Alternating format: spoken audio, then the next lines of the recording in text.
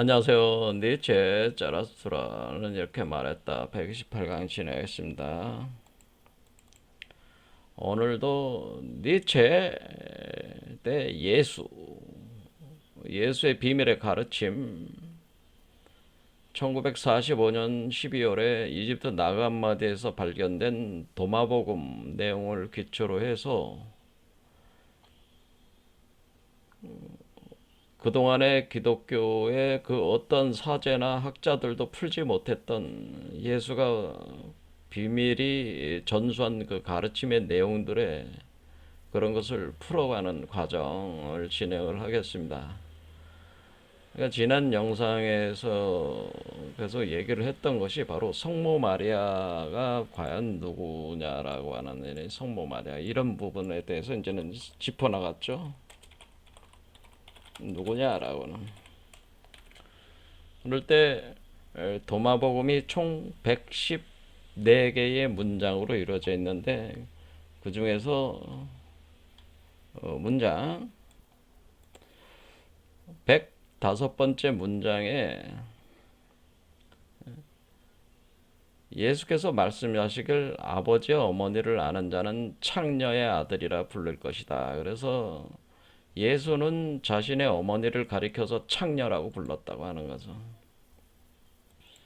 그래서 여기에 harlot이라고 되어 있는 요 영어를 한자 사전에서 보면은 아니 영어 사전에서 보면은 매춘부라고 나와 있어. 매춘부 그러니까 창녀라고 하는 거죠.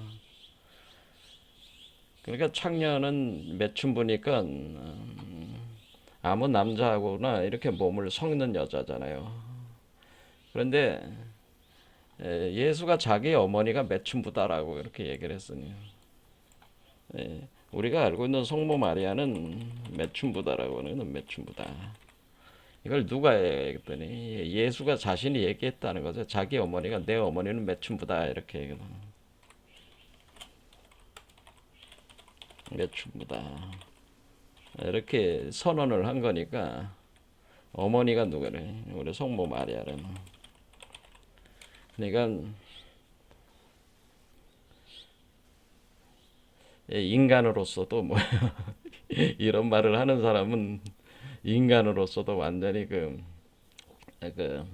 저질이라고 볼 수가 있는 수준 이하의 그 천박한 사람만이 내뱉을 수 있는 말을 예수가 한 겁니다.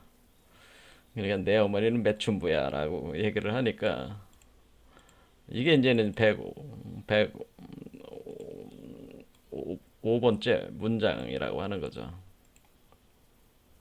그러니까 실제로 자기 엄마가 매춘부래도 그런 말을 입 밖에 내서 할 수 있는 하질 않잖아요, 사람들이 보통. 근데 아주 공개적으로 자기 어머니는 창녀다, 매춘부다 이렇게 얘기를 했으니까 이제 충격적인 얘기라고는.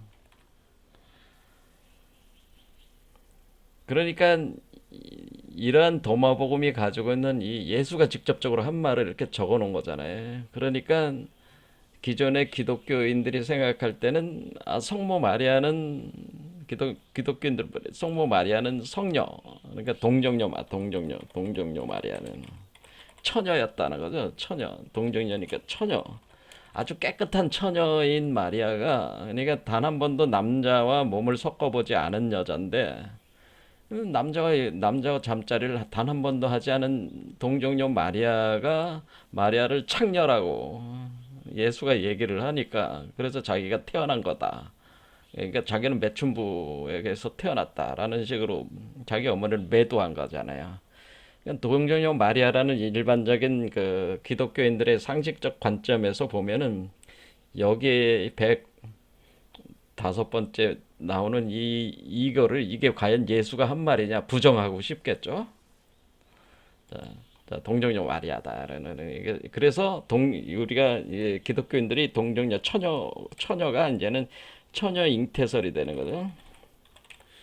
그래서 요것이 바로 마태복음에 나오는 마태복음에 보라 처녀가 잉태할 것이요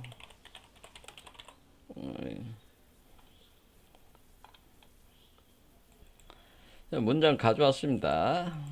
제가 뭐 하니까 1장 23절에 있어요. 보라 처녀가 잉태하여 아들을 낳을 것이요 그의 이름을 임마누엘이라 하리라. 그러니까 마태복음에 써 있는 말이죠. 그래서 이 처녀 동정녀가 잉태를 하게 되는데 사실 그 과정 자체가 천사 가브리엘이 수태고지를 하는 거죠. 그러니까 그 마리아를 찾아와 가지고 당신은 하나님의 성령에 의해서 잉태를 했다라고 하는 수태고지를 했잖아요. 가브리엘 천사가 그 마리아에게 와서 성령으로 잉태한다는 것을 잉태하는 것을 알려준다. 이것이 바로 뭐냐면 수태고지라고 하는 거죠. 이런 사건도 기록이 돼 있는 거잖아요. 이런 수태고지가 있었고 나서 처녀가 잉태해서 아들을 낳는다. 그래서 그 이름을 임마누엘. 그래서 하나님과 함께 계신다는 뜻이다. 그러니까 임마누엘이 하나님과 함께 계신다는 뜻입니다. 그러니까 하나님이 성령으로 임재를 해서 함께 계신다. 그런데 내 어머니가 매춘부다 하니까 이게 맞질 않으니까 여러분들이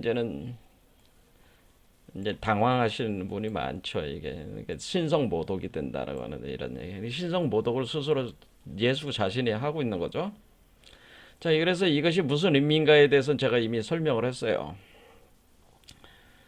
그러니까 성모 마리아는 2000년 전에 그 역사적인 성모 마리아가 아니다. 역사적 인간으로서 성모 마리아를 가리킨 게 아니고 인간으로서 성모 마리아. 그러니까 우리가 나사렛 예수라고 하는 역사적 인간을 태어나게 한 그 역사적 인간으로서 성모 마리아가 아니고 일종의 비유라고 하는 거죠. 비유를 한 것이다라고 하는 거예요. 그러니까 이것은 성모 마리아라고 하는 것은 사실은 모든 인간 속에 존재하는 신성한 여성성을 표현하는 존재하는 신성한 여성성에는 모든 인간에게는 그 여성이 존재를 하는데 여자가 있어요. 모든 인간에 저뿐만 아니라 모든 사람에게는 다 여자가 있는데 그 여자가 그 신성한 여성성으로 발현이 된다는 신성한 여성성이 발현이 될 때에 이때 신성한 여성성이 뭐냐면은 이것을 가리켜서 성모 마리아라고 하는 거죠. 그러면 성모 마리아가 하나님의 성령을 받아들인 거잖아요. 발현이 될 때 이 발현은 뭐냐면 성부의 씨앗을 잉태한다는 거죠. 성부의 씨앗을 받아들여 가지고 성부의 씨앗을 수태하는 거야. 그래서 그게 이제는 성부의 씨앗을 수태하는 그 여성성을 가리켜서 성모 마리아라는 수태해서 아들로 키워내는 거죠. 그렇죠. 그러면은 그러니까 하나님의 씨앗을 수태해가지고 그 하나님의 아들로 키워내는 그 여성성이라고 하는 것이 모든 인간에게 있다는 거예요. 이거를 기독교인들이 자기들도 잘 모르면서 떠들어댄 게 뭐예요? 이게 신랑과 신부 논리라고 하는 거예요. 하나님은 신랑이 되시고 사람은 신부가 된다라고 이렇게 할 때에 그 신부 메커니즘이 바로 성모 마리아라고 하는 겁니다. 그래서 신랑과 신부의 결합, 하나님과 사람의 결합을 표현해 준 것이다. 그런데 하나님은 남성성으로 들어오는 거고 사람에게 있어서의 여성성이 거기에 대응을 해서 같이 일종의 섹스하는 개념이다. 섹스. 노골적으로 얘기하자면 섹스 과정이에요. 섹스에서 씨앗을 수태해서 길러내는 거죠. 모태에서 길러낸다고. 그러면은 우리가 요 사람 속에 그러니까 여기 요드회 마보신 아인에서 요드라고 하는 것이 씨앗이란 말이야. 하나님의 씨앗. 그래서 제가 이거를 뭐라고 했어요? 이걸 이렇게 돌려놓으면 이렇게 여기 씨앗이 심겨지는 겁니다. 그럼 씨앗이 심겨지고 이렇게 과정이 진행이 되는 거죠. 이것이 바로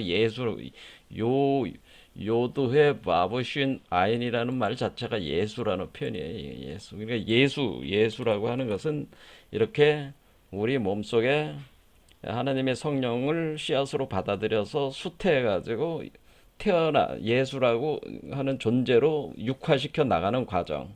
이것이 우리 몸의 작용이 다 끝낼 때 이 총체적인 과정을 예수다. 바로 그리스도화되는 과정이다라고 하는 겁니다. 그래서 성모 마리아라고 하는 것은 그렇게 할 때에 우리 안에 있어서의 신성한 여성성을 바로 성모 마리아라고 지칭한 것이다. 그러니까 그렇게 상징 비유를 한 것인데 세상 사람들은 기독교인들은 잘못 알고 역사적으로 뭐 2000년 전에 존재했던 그 성모 마리아를 그 성모 마리아라고 하면서 이렇게 동상도 만들고 거기 가서 뭐 절도 하고 뭐 두 손 부여잡고 기도도 하고 소원도 빌고 하고 있다고 하는 거죠. 그거야말로 그 우상 숭배라고 하는 거죠. 성모 마리아는 어디에 있는 거예요?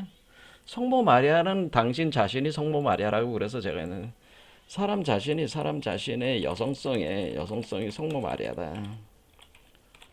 그러니까 우리는 뭐예요? 사람 자신의 여성성이 성모 마리아니까 우리 자신의 그 여성성을 통해서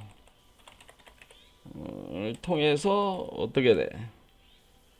예수를 낳는 거죠. 예수를 낳는다. 예수를 낳는 이런 과정이 우리 몸 안에서 일어나는 거죠, 실제로. 그러면서 우리가 예수를 낳으면서 우리 자신의 영혼이 예수와 합하여서 태어나는 거기 때문에 이것이 바로 우리가 사람이 예수가 되는 과정이에요. 예수가 되는 과정. 그러니까 우리가 예수라고 하는 것도 예수가 뭐예요? 예수는 제가 이 과정 전체가 끝났을 때 이걸 예수라고 하는 거라고 그랬잖아요. 그러니까 우리가 하나님의 성령의 씨앗을 받아들여서 이렇게 진행이 돼서 아인까지 오면 제3의 눈, 전시안까지 마무리가 딱 끝나면 육화돼서 태어나는 거란 말이에요. 이렇게 태어나는 것까지 마무리가 되는 과정이 예수가 되는 과정이니까 결국 뭐예요? 예수도 사람 속에 있는 거죠. 그러니까 마리아만 사람 속에 있는 게 아니라 성모 마리아나 예수가 다 사람 속에 있는 거예요. 사람 속에 존재한다고 하는 거예요. 그러니까 예수도 따로 여러분들이 자꾸 예수가 뭐 2000년 전에 존재한 그 예수가 예수라고 자꾸 생각하는데 자꾸 밖에서 여러분들이 예수를 찾고 성모 마리아를 몸 밖에서 그러니까 이게 뭐야? 몸 밖에서 다 몸 안에 있는 거잖아요. 그래서 사람 몸 속에 존재하는 건데, 성모 마리아나 예수가 다 사람 몸 속에 있는 건데, 그걸 자꾸 그 밖에서 그 찾고 있는 거예요. 그러니까 기독교인들이 지금 그러니까 완전히 잘못된 길을 가르친 거죠. 지금 기독교 사제들이 어떻게 가르쳐야 돼? 당신 안에 예수가 있고 예수가 지금 잉태가 돼 있는데 그 잉태하고 있는 여자가 성모 마리아다. 그러니까 당신의 성모 마리아를 활성화시켜 가지고 예수를 길러내라. 하나님의 아들로 길러내라. 그러니까 네가 예수가 되라는 얘기입니다. 당신이 곧 예수다라는. 당신이 곧 예수야. 예수가 되는 거야. 예수가 되는 것이다. 당신이 예수가 되는 거야. 당신이 예수지. 예수가 다른 사람이 예수가 아니에요. 여러분 자신이 예수란 말이야. 기독교인들에게 다시 얘기합니다, 제가. 기독교인들 여러분 자신이 예수예요. 근데 자신이 예수라는 사실을 모르는 거잖아, 지금. 그래서 이 메커니즘을 돌리는 거예요. 여러분 자신이 예수라고 하는 사실을 실제로 몸으로 자각하는 그 과정을 물질적으로 이렇게 돌려야지 내가 예수 자신이었구나. 왜냐면은 원래 예수라는 게 원형인간이라고 그랬잖아요. 원형인간이 태어나는 거니까 원래 원형인간이 내 몸에 들어와서 원형인간으로 태어나는 거니까 사실 내가 시작해서 나로 다시 돌아오는 거예요. 그러니까 항상 그 자리에 있는 거예요. 그러니까 구원이라고 하는 건 뭐예요? 구원은 항상 지금 이 순간에 있었던 거예요. 이 순간에 항상 있는 거예요. 구원이라는 게 다른 게 있는. 단지 우리가 그거를 받아들이지 못하고 있는 것뿐이에요. 실제적인 이치적으로는 이미 구원은 돼 있는 상태, 이미 종말은 됐어요. 그러나 그것을 실현시키고 안 실현시키고는 우리 자신의 상태의 여하에 달려 있는 거예요. 그러나 그런 상태의 여하 이전에 이미 잠재적인 그 상태에서는 이미 우리는 예수란 말이야. 그러니까 여러분 자신이 예수란 말이다. 그런 얘기죠. 그러니까 여러분들은 어떻게 살아야 되는 거예요? 예수처럼 살아야 된다는 거예요, 사실은. 예수 그리스도인 것처럼 살아라 그러네요. 이렇게 살아야지 여러분이 예수가 또 되는 겁니다. 자, 어쨌든 이건 이제는 나중에 더 이제 할 얘기고. 그러니까 성모 마리아나 예수나 다 여러분 몸속에 다 있는 것이라 그 얘기죠. 자, 그러면 성모 마리아는 여자고 예수는 남자잖아요. 그러면 아들이잖아. 성모 마리아 아들이 예수잖아요. 그러니까 엄마가 아들이 된 거잖아요. 그러니까 성모 마리아가 뭐가 되는 거예요? 성모 마리아가 여자잖아요. 예수로 변신한 거야. 변한 것이다. 왜? 내 안에서 여성성이 남성성으로 변한 거잖아요. 그러니까 이것이 여자가 남자로 변하는 현상이잖아요, 이게. 성모 마리아는 여자잖아요. 그렇죠? 예수는 남자잖아. 아들이잖아요. 아들이니까 아들을 뭐라고 해? 남자라고 하는 거잖아요. 남자. 아들이 남자지 뭐 여자예요? 아들이 남자잖아요. 그러니까 남자를 낳는다라고 하는. 그러니까 여자 엄마 뱃속에서 남자아이를 낳는다라고. 그러면은 우리가 세상적으로는 엄마가 모태에서 남자아이를 태어나게 하는 거지만은 우리 몸 안에서 변하는 원리로 따지면 그걸 신변이라고 하는 거예요. 신변. 신적인 변화가 일어난다는 신변.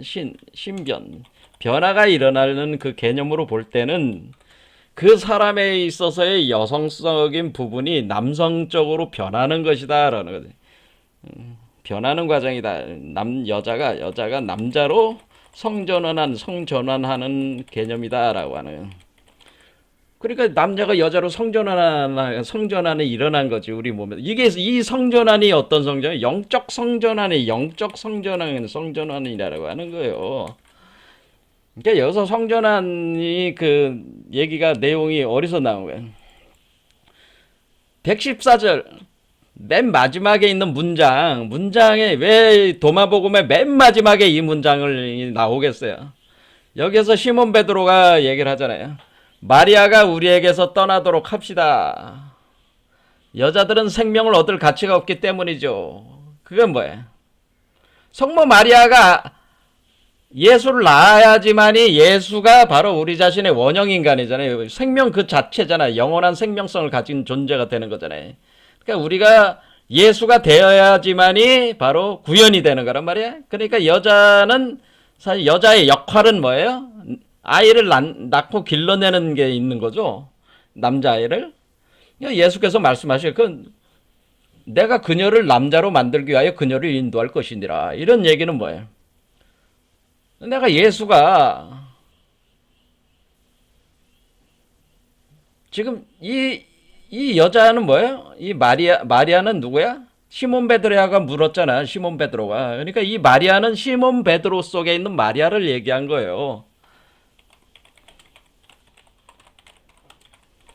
그러니까 시몬 베드로라는 그 인간 속에서 제자가 내 몸속에서 지금 성모 메커니즘이 돌아가고 있습니다. 그런데 이 여성성 가지고는 안 되는데 어떻게 해야 됩니까? 이것은 우리가 생명을 얻을 가치는 아직 그 상태는 아닙니다. 이 여자 상태는. 그럼 아들을 낳아야 되는데 어떻게 해야 됩니까? 그러니까 내가 뭐라 그래? 내가 너 속에 있는 그 시몬 베드로가 네 속에 있는 마리아가 그 예수라는 아들을 낳을 수 있도록 인도하겠다고 하는 거죠. 자기가 스승이니까 시몬 베드로를 인도하겠다는 얘기, 가르치겠다는 거잖아요. 이것은 그녀가 남자를 닮은 살아있는 영이 되도록 함이라. 그러니까 마리아가 아들이 되는 거죠. 그 아들이. 자신을 남자로 만든 모든 여자든 하늘나라에 들어갈 것이기 때문이랴. 자, 이해를 하셨죠? 자, 여기서 지금 이 언어적 구조가 어떻게 되냐? 지금 시몬 베드로가 마리아가 우리에게서 떠나도록 한다고 하는 것은 마리아가 그 아들로 신변이 일어나야 되는데 이걸 떠나도록 해야 되겠습니다. 제가 해야 되는데 제가 하려고 합니다. 그런 얘기죠. 그러니까 예수가 네가 그렇게 될 수 있도록 네 몸속에 있는 여성성을 아들로 변화가 될 수 있게끔 그 마리아라는 그 여성성을 남자 아들 그 예수로 이렇게 변화하는 걸 내가 인도를 해주겠다고 하는 거예요. 이 상태는 지금 예수와 시몬 베드로 사이에 지금 일종의 접붙임 상태에 돼 있는 거기 때문에 지금 이 가르침을 통해서 이걸 변화시키고 있는 거란 말이에요. 지금 시몬 베드로를. 그러면은 시몬 베드로 안에 있는 마리아가 뭐야? 남자가 되는 거죠. 예수가 되는 거죠. 그럼 남자를 만든 예수로 변화시킨 모든 여자들, 그러니까 시몬 베드로 안에 있는 마리아처럼 도마, 뭐 요한, 뭐 야고보, 뭐 예수의 제자들이 많잖아요. 그런 사람들이 다 뭐예요? 그 모든 사람 속에 여자가 있잖아 지금. 그렇죠. 그 모든 여자들, 이 세상에 존재하는 모든 여자들, 그 모든 여자들은 누구예요? 모든 사람 속에 있는 모든 여자들이잖아요. 그 여자들을 남자아이를 낳게 만들어가지고 하늘나라에 들어가게 한다라고 하는 겁니다. 그러니까 이 얘기는 뭐예요? 우리가 예수가 돼야지만이, 여러분 자신이 예수가 돼야지만이 구원을 받을 수 있다고 하는 거를 다시 또 표현한 거죠. 그러니까 성모 마리아로 끝나는 게 아니라 성모 마리아라는 메커니즘을 발동을 시켜가지고 예수로 여러분들이 성전한, 그러니까 신변이에요. 신변이 일어나고, 그러면 예수가 되면은 그럼 이걸로 끝난 거냐? 이게 아니고요. 한 단계 제가 더 간다고 그랬습니다. 성모 마리아에서 예수로 변신을 하고, 예수는 또 뭐가 되냐면은 그러니까 이건 여자잖아요. 여자. 성모 마리아는 여자야. 예수는 남자야. 아들로서 남자죠. 그러면 예수는 뭐예요? 예수가 결혼을 해. 어린 양의 혼인잔치. 이렇게 표현하는 겁니다. 예수가 어린 양이잖아요. 예수가 어린 양인데, 그런데 예수가 결혼을 한 번 더 한단 말이야. 이 결혼을 한다는 건 뭐예요? 여자가 하나 또 나온다는 얘기지. 또. 그럼 이게 혼인하면 이게 양성동체가 된다는 얘기예요. 그러니까 우리가 요한복음 첫 번째 요한복음의 그 1장에 나오는 가나의 혼인잔치가 바로 어린 양의 혼인잔치를 비유한 거예요. 그게 여러분들이 그 요한복음을 보면은 여러분들이 한번 읽어보세요. 지금 다른 것도 해야 될 게 내용이 많아서 제가 가져오진 않겠습니다. 요한복음 1장에 요한복음 시작은 어떻게? 가나의 혼인잔치부터 시작을 해. 그때 거기에 이제 혼인잔치에 마리아와 예수가 간 거죠. 갔는데 거기에 포도주가 부족했잖아요. 근데 포도주가 6개 병 안에 그 항아리 안에 포도주를 물로 채우라고 그랬죠. 물로 예수가. 그래서 마리아가 포도주가 부족하다고 예수한테 얘기하니까 예수가 항아리에 물로 채우세요. 그러니까 항아리를 6개 항아리를 가져다가 물로 채웠잖아요. 6개 항아리라는 개념은 뭐예요? 6개, 여기 6개 차크라를 얘기하는 거야. 6개 차크라. 6개 항아리는, 그러니까 혼인잔치에서 뭐래? 6개 항아리를 채운다는 거는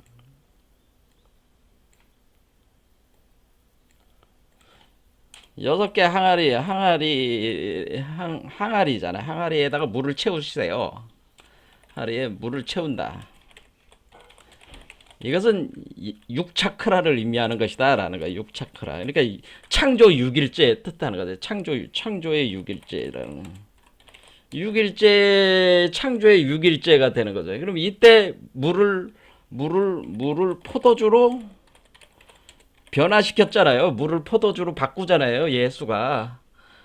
이해가 되시죠? 이렇게 물을 포도주로 바꾸는 거가 물 속에 불을 집어넣은 거란 말이에요. 물 더하기 성령의 불은 뭐예요? 빨간색이잖아요. 그러니까 성령의 불은 붉은색이잖아요. 그래서 불과 불을 합하면은 이게 피가 되는 거야. 피. 그래서 이것을 포도주라고 표현한 거란 말이에요. 자, 그럼 이것은 그리스도의 피가 되는 거죠. 그리스도의 피가 포도주로 표현한 거래요, 비유를. 그럼 이걸 가지고 혼인잔치를 했다는 거죠. 마셨다는 거지. 이때 요 혼인잔치, 이때 혼인을 한다는 그 어린 양, 예수가 혼인할 때 예수 혼자 혼인해요? 남자 혼자 아들이 여기서 성모 마리아가 여자였다가 예수 남자가 됐다가 어린 양인 아들이 혼인하려면 또 여자가 하나가 더 있어야 하잖아. 이때 혼인의 대상이 누구였어요? 어린 양의 신부가 누구야? 어린 양의 신부를 새 예루살렘이라고 그랬잖아요. 요한계시록 읽어봐요. 거기 새 어린 양의 신부. 그 어린 양의 신부가 정확히 나오잖아요. 이게 새로운 신부야. 그러면 신부는 여자잖아 또. 그렇죠? 그러니까 요게 이제는 양성동체가 되는 거지. 이렇게 어린 양과 어린 양의 신부가 결합하면 양성동체가 되는 거란 말이야. 그래서 우리가 성전환으로 성전환 개념으로 신적인 상태의 변화 과정을 설명한 거란 말이에요. 근데 이거를 기독교 목사나 신부나 그 기독교 학자들이 이런 내용을 알 수가 없는 거란 말이에요. 저는 보면 알기 때문에 제가 보고 여러분들한테 설명을 해주는 거란 말이에요, 지금. 저밖에는 지금 이에 대해서 설명을 제대로 한 사람이 이 정도까지, 그러니까 제 설명이 완벽하다고 볼 수는 없지만은 이 정도까지 설명을 해줄 수 있는 사람은 아직 기독교계에 제가 아직 보질 못했어요. 기독교가 그렇게 수준이 높은 종교가 아직 아니란 얘기예요. 근데 다른 불교 같은 경우에는 저보다 뛰어나신 분들이 많기 때문에 이거 보면 금방 아신다고요. 단지 그분들이 기독교 그 텍스트들을 보고 해석하는 걸 안 하시기 때문에 그럴 뿐이죠. 상당히 그래서 기독교가 지금 상당히 수준이 낮은 상태다라고 하는 걸 제가 얘기를 하는 겁니다. 그러니까 그 수준이 낮은 종교가 인류를 지배를 하고 있기 때문에 인류가 이렇게 고통을 받고 있는 겁니다. 자, 어쨌든 간에 이렇게 그 양성동체로 이렇게 변화를 하는 거란 말이에요, 이게.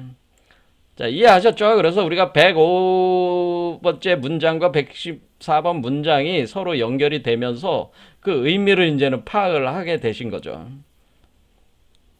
자, 오늘 원래 보려고 했던 얘기는 바로 짜라투트라에 관련된 얘기입니다. 그러니까 니체가 지금 예수에 대해서 그 비밀의 가르침들은 니체는 1900년에 이제 돌아가셨으니까 이런 어떤 예수에 관련된 비밀의 가르침이 그 잘 정리가 돼 있는 이 도마복음과 같은 텍스트를 접하지 못하셨을 거예요. 그리고 또 니체는 기독교 자체가 가지고 있는 그 문제에 대해서 굉장히 심각하게 비판을 하면서 기독교가 결국 무너질 것이라는 걸 이제는 그 예측을 하게 되는데 허무주의 속에 이제 몰락을 하는 거죠. 하는데 그러면은 니체는 자신을 짜라투스트라에 비유를 한 거죠. 사실은 이 자기가 짜라투스트라의 자신을 비유를 한 거는 이게 니체가 자기를 짜라투스트라의 비유를 자기를 이제는 생각을 한 거잖아요. 자기를 내세운 거란 말이에요. 이 짜라투스트라 이름을 통해서. 그럴 때 이 짜라투스트라의 이런 그 내용성 속에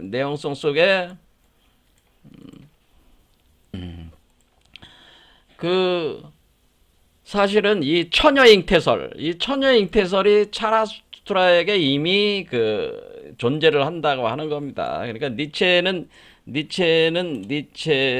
처녀잉태설을 알았을까? 이 처녀잉태설의 그 본질을 알았을까? 이렇게 처녀잉태설의 본질을 알았을까? 뭐 이런 겁니다. 그러니까 니체는 처녀잉태설을 알고 있었어요. 알고 있었다고 봐야 된다 그런 얘기입니다. 왜냐하면 그게 이제 짜라투스트라에 대한 다양한 기록 속에 그것이 핵심적으로 등장하기 때문에 그렇습니다. 그 얘기를 해보려고 하는 겁니다. 그러면은 우리가 처녀잉태설이라고 하는 것이 그 기독교에만 있는 것이냐? 그게 아니라는 거죠. 처녀잉태설의 기원은 조로아스터교의 교다 이런 얘기입니다. 제 얘기는 처녀잉태설의 기원은 사실은 조로아스터교입니다. 어떤 분이 이제 댓글에 이 짜라투스트라는 이게 지금 독일 말로 조로아스터로 표현한 거잖아요. 이 조로아스터는 이 페르시아의 조로아스터 교의 교주란 말이에요. 그러니까 이 조로아스터는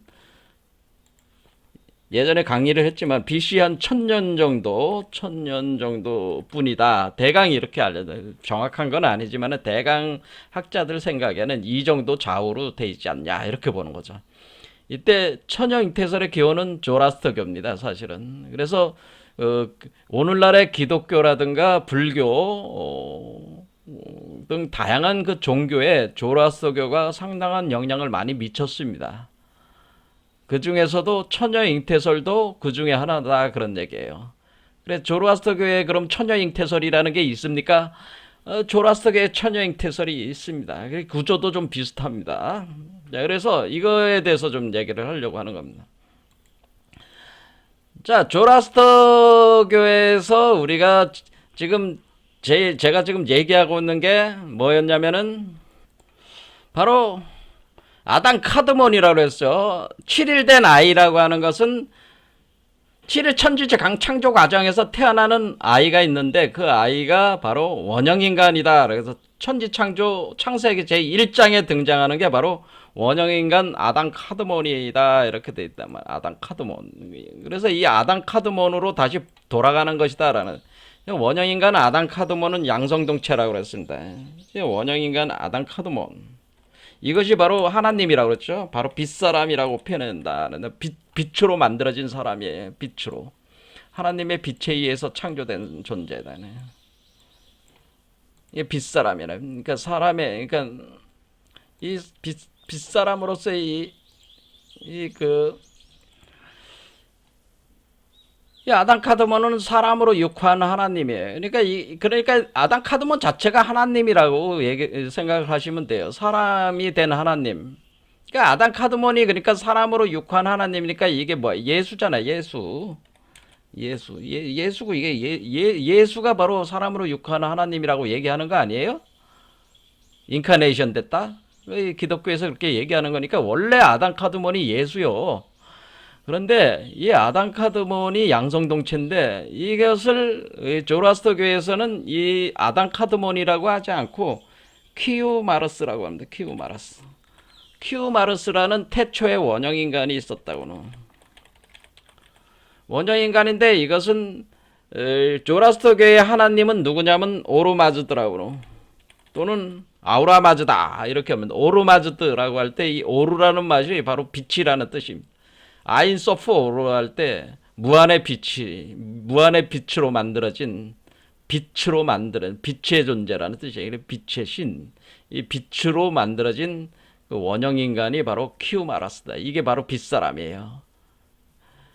그러니까 똑같아요. 이 구조가. 그래서 아담 카드몬 이후에 아담과 이브가 생겨났듯이 키우마르스 이후에 키우마르스의 가 양성 동체인데 이형으로 나눠지는 그러니까 원래 두 개로 이제 쪼개지기 시작하는데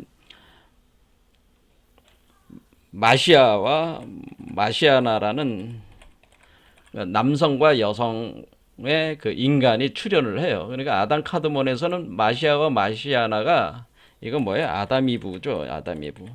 그래서 인류의 시작은 아담 이브로부터 시작한 거잖아요. 우리는 몸이 쪼개진 거니까. 그러니까 인류의 시작은 마시아와 마시아나에서 시작한 거예요. 근데 그 기본적인 원형 인간은 키우마라스라는 거죠. 여기도 마찬가지 아담 카드몬이라고 하는 거죠.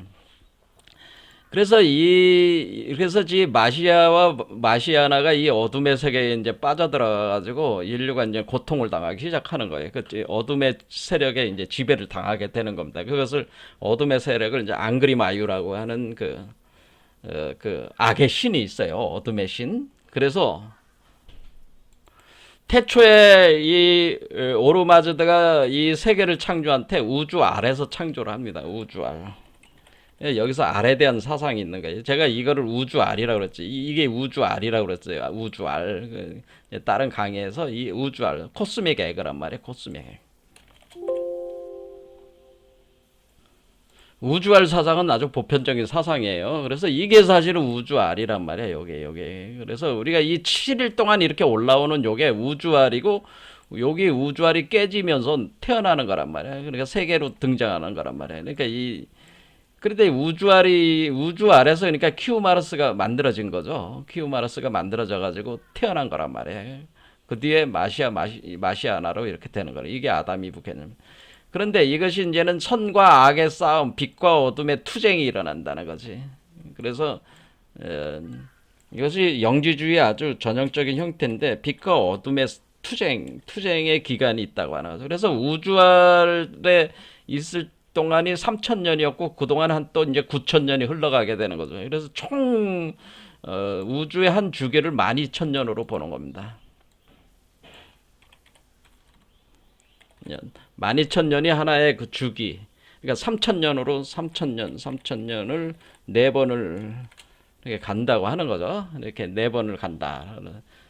이렇게 될 때 마지막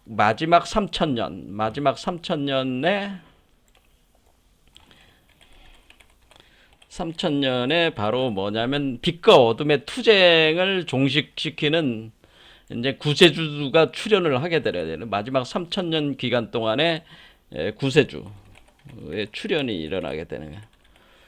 근데 구세주가 출현이 일어나기 전에 마지막 3,000년 직전에 등장한 사람이 바로 조라스터라고 하는 거죠. 그러니까 이게 마지막 3,000년 직전에 이전에 뭐냐면 조로아스터의 등장이 있었다고 하는 것이고, 이 조라스터가 이 세계로 이제 등장을 하면서 오르마즈드의 그 가르침을 통해 가지고 그 모든 것을 깨달은 그 조라스터가 이 세계에 이제 등장을 하면서 이 어떻게 되는 거냐면 이 조로아스터의 씨앗을 통해서 구세주들이 나옵니다.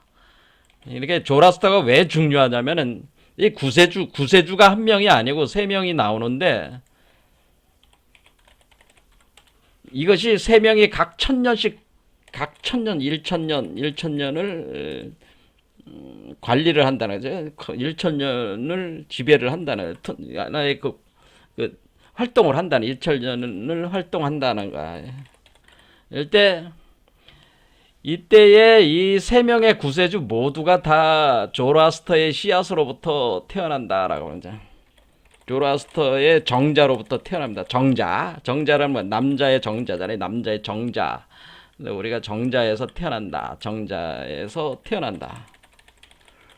이렇게 되는 구세주들이.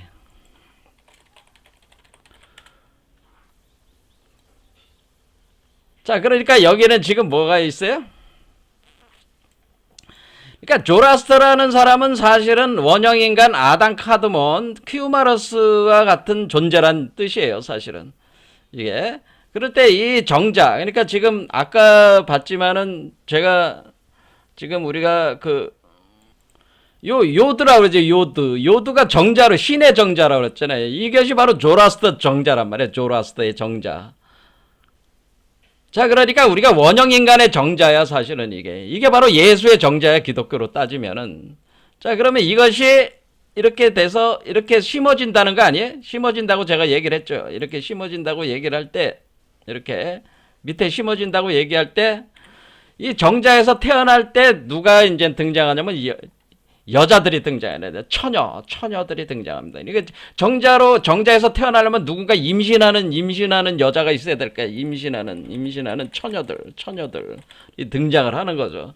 그러니까 세 명이니까 첫 번째 1,000년에 임신하는 여자가 처음에 등장하고, 그 다음 1,000년 후에 또 등장하고, 또 1,000년 후에 또 등장하는 거죠. 이렇게 임신하는 처녀들이 등장을 하는데, 이 처녀들이 15살이라는 15살 처녀들이라는 처녀라고 하는 15살 처녀. 그러니까 이게 동정녀죠. 처녀가 이제 등장을 하는 거예요. 이게 처녀 잉태설이에요. 그러니까 조라스터의 씨앗이 그럼 어떻게 임신을 하느냐? 이 처녀가 그 페르시아에 가면 이제 호수가 있어요. 맑고 맑은 호수에 목욕하러 들어가는 목욕을 합니다. 호수에 들어가서 처녀가 탁 목욕을 할 때 그 호수 속에 조로아스터의 씨앗이 거기에 호수 바닥에 이제는 감춰져 있었던 거죠. 이렇게 이제 이렇게 돼 있어요. 우리가 조라스터교의 각종 문서에 이렇게 돼 있다 그 얘기입니다. 그러니까 처녀가 어느 날 15 처녀가 그 맑고 맑은 호수 속에 목욕하러 들어갔는데 그 호수에 조라스터의 씨앗들이 있었다. 씨앗들이 감춰져 있어가지고 감춰져. 그러니까 우리가 1천년에 먼저 1천년을 지배하는 그 존재가 와서 그걸 잉태하는 여자도 거기서 임신하고 또 다른 여자 또 1천년에 또 임신하고 그런 개념이에요. 왜 그럼 3명이냐? 그 이유가 있습니다. 어쨌든 그것까지 설명하면 또 시간이 많이 가니까 설명 다 안 하겠습니다. 자, 우리는 구세주라고 하는 겁니다. 구세주. 그래서 호수 속에서 조라스터의 씨앗들이 감춰져 있었다. 그래서 조라스터의 씨앗으로 임신을 하는 겁니다. 그러면 이 여자들은 지금 동정녀 처녀들이 남자하고 이렇게 해서 하는 게 아니고 조라스터의 씨앗을 받아서 호수에서 임신한 거 아니에요. 자, 그럼 이 처녀는 또 누구예요? 이런 처녀 개념이 뭐예요? 제가 이 아래쪽은 물 바다와 같다고 그랬잖아요. 호수 바다. 그러니까 이게 이 처녀도 누굴 얘기하는 거예요? 이 처녀도 인간을 얘기하는 거지, 사람. 이게 이 처녀가 바로 성모 마리아라는 거예요. 마리아와 같은 개념이라고 하는 거예요. 이렇게 임신을 하는데 조라스터의 씨앗을 임신을 한 거란 말이에요. 조라스터. 자, 그러니까 여러분들이 어떻게 보면 니체가 이러한 짜라쭈라 이렇게 말했다 이 책을 쓸 때 원래 조라스터에 대한 데이터 지식이 많았냐 그건 알 수는 없죠. 하지만은 서구권에 조라스터교가 소개가 돼가지고 그 책들은 많이 읽어는 봤을 겁니다. 니체가. 그래서 조라스터를 자기는 선택을 한 거겠죠.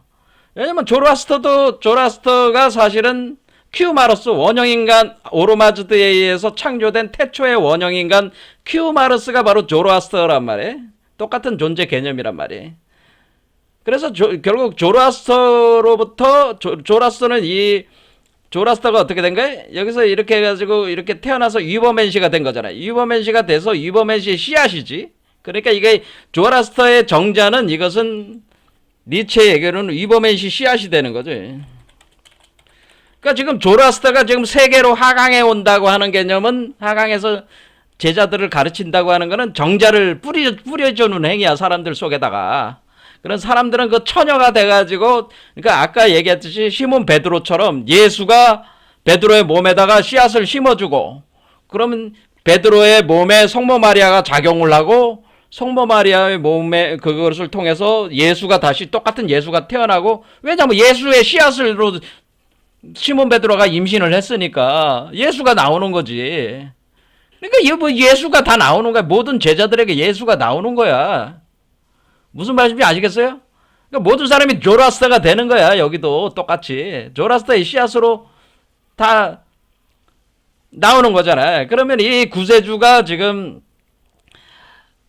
위버맨시 바로 이 씨앗으로 태어나게 된다고 하는 겁니다. 그러니까 그걸 이제 위버맨시라고 따로 이름을 붙이지 않고 조라스터라고 한 거죠.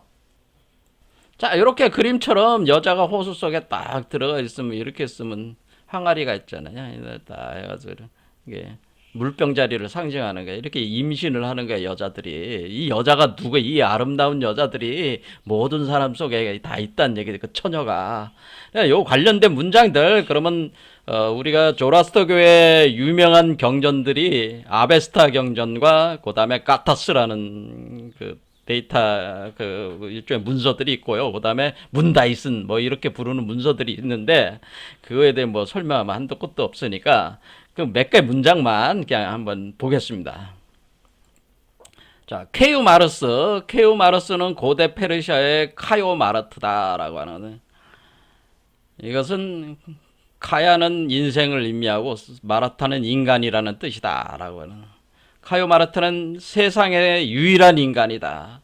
영혼 속의 인간으로 생활한다. 영생의 존재라고 하는 거죠, 원래는. 그리고 이것은 아우라 마즈다. 바로 오르 마즈드에서 창조됐다. 이거는 남자도 아니고 여자도 아니다. 양성동체란 얘기죠.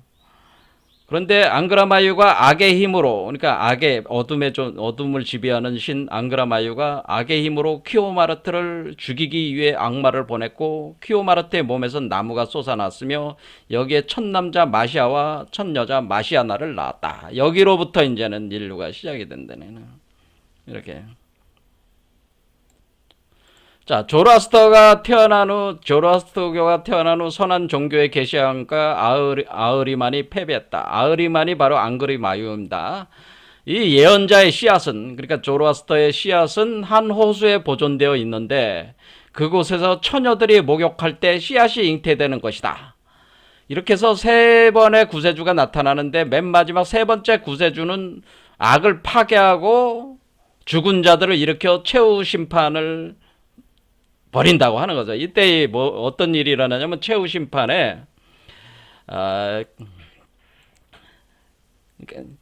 최후의 그 구세주 이름은 구세주도 역시 처녀 잉태로 해가지고 조라스터의 씨앗을 품어가지고 임신을 해가지고 태어나는 거예요. 근데 최후의 구세주가 이름이 소시안트라고 합니다. 소시안트인데 이 소시안트가 는 뭐를 하냐면 인류를 심판하게 되는데, 인류 심판을 할 때에 죽은 자들을 육체를 부활시킵니다. 쉽게 영생을 준다고 하는 거죠. 자, 이 개념이 뭐가 똑같아? 이 기독교하고 똑같잖아. 지금 인류를 심판하고, 요 개념 자체가, 그러니까 인류가 심판을 할 때 죽은 자들을 육체에서 부활하여서 영생을 얻게 된다고 하는 것이 유대의 바리새파의 핵심 사상이란 말이에요. 이게 바로 이것이 그대로 기독교의 사상으로 지금 와 있단 말이에요. 그러니까 이 사상도 이 죽은 자들, 그러니까 보통 기독교인들은 죽으면은 그 영혼이 중음의 세계, 뭐 연옥 같은 그 중간계에 있다가 그 최후의 심판에서 이제 부활을 하게 되는 거죠. 죽음의 세계에 있다가 부활을 해서 영생을 얻게 된다. 뭐 이런 식의 이제는 사유를 주로 많이 가지고 있는 게 기독교란 말이에요. 근데 이러한 사유가 그대로 사실은 어디서 기원해? 조라스터계에서 기인을 하는 거란 말이에요. 죽은 자들의 육체를 부활시켜서 그 영원한 육체, 영생할 수 있는 육체로 부활시켜 준다고 하는 거죠. 이 소시안트가. 그러면서 이 앙그리마유 어둠의 세력을 완전히 제압을 하고 이것을 한다, 이런 입니다. 자, 소시안트 영문으로 되어 있는 것, 조로아스트리안 그 조로아스터의 그 어떤 그 예언자에 대한 예언이죠. 자, 보겠습니다. 다 볼 건 아니고, 조라스터교의 전통은 3명의 미래 구원자들에 대해서 말해주는데 세계의 마지막 3000년에 각 1000년씩 감당을 한다. 이런. 이 3명은 모두 처녀가 예언자 조라스터 자신의 씨앗을 기적과 같이 품고 있는 호수 속에서 목욕하는 동안 임신되어 태어날 것이다. 처음에는 후서다르, 두 번째는 후서다르 마흐, 세 번째가 샤우시안트다라고 하는. 그는 인류를 거짓에 대한 최종 전쟁으로 이끌 것이다. 하면서 뭐냐면은 여기서 결정적 전쟁 30년 전에, 그러니까 마지막 전쟁, 선과 악의 싸움의 마지막 30년 전에 이 여자의 이름을 뭐라고 하는 거냐면은 이 여자의 이름이 에레닷 페드리라고 합니다. 에레닷 페드리. 그러니까 지금 무슨 얘기냐면은 지금 우리는 성모 마리아라고 그러죠. 성모 마리아가잖아요. 기독교에서는. 그런데 마지막에 이 소시안트를 임신해서 태어나게 하는 여자 이름은 여기 기록된 에레닷 페드리. 이게 이제 여자의 이름이야. 이 에레닷 페드리. 이 처녀죠. 이 처녀의 이름이 이런데 이 처녀의 이름이 가지고 있는 의미는 뭐냐면은 승리의 조력자라고 하는 건데, 승리의 조력자. 자, 그러니까 우리가 소시안트를 태어나게 하는 소시안트가 마지막 승리를 거머쥐는 존재잖아요. 그래서 심판하는 존재니까 이걸 조력해 준다라고 하는, 조력을 태어나게 하는 조력 역할을 하는데, 이제 처녀가 출연을 한다. 그 처녀가, 그녀의 닉네임은 몸을 만들어낸다는 의미로 바디 메이커다라고 하는 거다. 바디 메이커. 바디 메이커. 바디 메이커가 뭐예요? 결국 육체와 육화시키는 존재라는 뜻이잖아요. 그러니까 우리가 성모 마리아는 그리스도 구세주를 육화시키는 그 존재, 그 여성을, 처녀를, 바디 메이커를 바로 성모 마리아라고 부르는 거예요. 그렇죠? 그녀는 이 칸사바라, 그러니까 이 호수 이름을 여기 또 이제 기록돼. 이 호수 이름이 바로, 이 호수가 뭐예요? 칸사바라라는 호수예요. 호수 이름. 자, 우리가 이제 호수 이름. 이제 여기 나오게 돼. 칸사바라. 이 칸사바라라는 호수에 이제는 에레다 페들이라는 이 여성이 15살 된 여성이 호수 속으로 들어가서 물속에 앉아서 그 소녀는 15살 소녀는 남자와 결합 없이 승리의 지식을 받을 것이다. 조라스터의 씨앗을 받는 거죠. 태어났을 때 그녀의 아들은 그의 어머니로부터 영양분을 알지 못할 거죠. 그러니까 영양분을, 그러니까 육체적인 영양분을 받는 게 아니고 영적 영양분을 받는 얘기를 이렇게 쭉. 그래서 마지막 10년 동안 단지 영적 음식으로 살 것이다. 스피리추얼 푸드를 먹는다라고 그래요. 영적 음식. 자, 그래서 여기서 이게 그러니까 쇼시안트라고 하는 그 존재가 10년 동안 영적 음식을 먹는다. 바디 메이커, 이 몸을 만드는데 뭘 먹고 몸을 만들어요? 영적 음식. 이게 천상의 음식이죠. 영적 음식. 영적 음식을 먹고 영적인 존재로서 쇼시안트가 이제 태어나는 거죠. 자, 영적 음식에 대한 얘기는 또 이제는 이게 도마복음에 나오는 거니까 이제 다음 시간에 이제 보겠습니다. 일단은 영적 음식을 먹어야 돼. 그래서 이 최종 진화의 사건들은 문다이슨이라는 텍스트에 기록되어 있다는. 악과의 최종 전쟁에서 아흐리만과 아타르는 언덕들과 산들 속에 금속들을 녹일 것이고, 그리고 그것은 지구 위를 강같이 흘러갈 것이다. 그러나 의로운 자는 해를 입지 않는다. 결국 아우라마즈다. 그러니까 오로마즈들은 승리를 할 것이다.